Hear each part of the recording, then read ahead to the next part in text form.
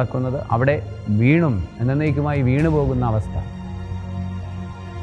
പതിതമായ ജീവിതമാണ് ജീവിക്കുന്നത്, പക്ഷേ അവിടെയും ചിതറിക്കപ്പെടുന്ന അവസ്ഥ, ശിക്ഷയുടെ മേൽ ശിക്ഷ വരുന്ന അവസ്ഥ, പ്രശ്നങ്ങളുടെ മേൽ പ്രശ്നമുണ്ടാകുന്ന അവസ്ഥ, ബാധ്യതകളുടെ മേൽ ബാധ്യതയുണ്ടാകുന്ന അവസ്ഥ, കടങ്ങളുടെ മേൽ കടങ്ങൾ വരുന്ന അവസ്ഥ. ഇതിനൊക്കെ കാരണമാകുന്നത് പലപ്പോഴും ഒന്നാം പ്രമാണ ലംഘനമാണ്.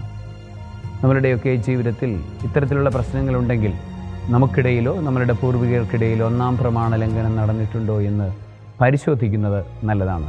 സർവശക്തനായ ദൈവം, പിതാവും പുത്രനും പരിശുദ്ധാത്മാവും നിങ്ങളെല്ലാവരെയും ഏകദൈവ വിശ്വാസം കൊണ്ടും അവിടെ നിന്നുള്ള ശരണം കൊണ്ടും നിങ്ങളേവരെയും അനുഗ്രഹിക്കുമാറാകട്ടെ. ആമേൻ.